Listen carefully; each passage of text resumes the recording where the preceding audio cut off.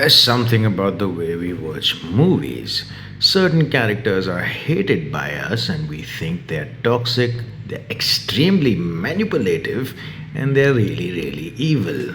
But we closely still watch them. We sometimes even admire them, we have a great admiration for them. That's not because they are good people, but because honesty is in them. They are completely honest. They're not moral, they're not ethical, they're just really who they are. And that's what makes them uncomfortable because they don't let us pretend. Now, movies tend to divide people. Some people are good people, some people are bad people, but there are some characters that don't fit the mold. These characters are not good, not bad, they're themselves. And that's what makes it absolutely intriguing. It makes it absolutely fascinating. Take a look at a movie like Gone Girl. Amy Dunne is labeled an extreme psychopath. She's a manipulator and a villain. She's all of this, but people miss something. People don't get something that is very important about her is that she's not pretending to be something else. She's pretending, or she is, herself. There's no pretense about it. She's reacting to the world that constantly does something or the other to her. It constantly performs. The cool girl, or the cool girl, I beg your pardon, monologue. It's not just anger, it's absolute observation.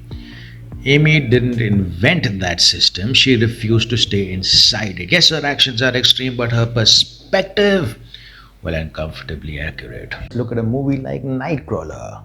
Loose Bloom, he looks like a monster, cold, opportunistic, emotionless.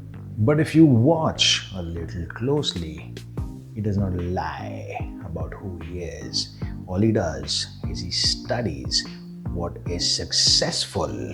He learns what the system rewards. And then he becomes exactly that. He becomes driven. He becomes absolutely efficient.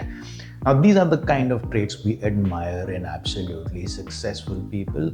The only difference with him is, he doesn't let morality come in the way. He does what he wants.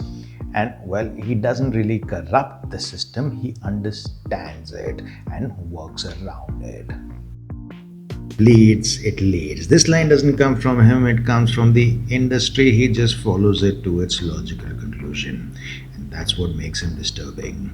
Because if you remove emotion, his behavior starts to look familiar. Ambition without any limits. Success without a guilty conscience. He's not outside the system, he's what the system looks like without having any filter.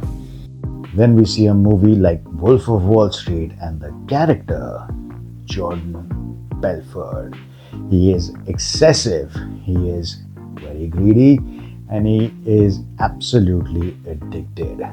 This individual does not look moral at all. It does not look like he has any ethics.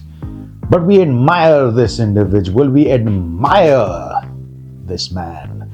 We do so because he does not make any bones, he does not fake it. He says that he has greed, he says he wants power, he says he wants money, and all he shows is authenticity. This individual has no ethics, but the way he goes about it, he does not fake it.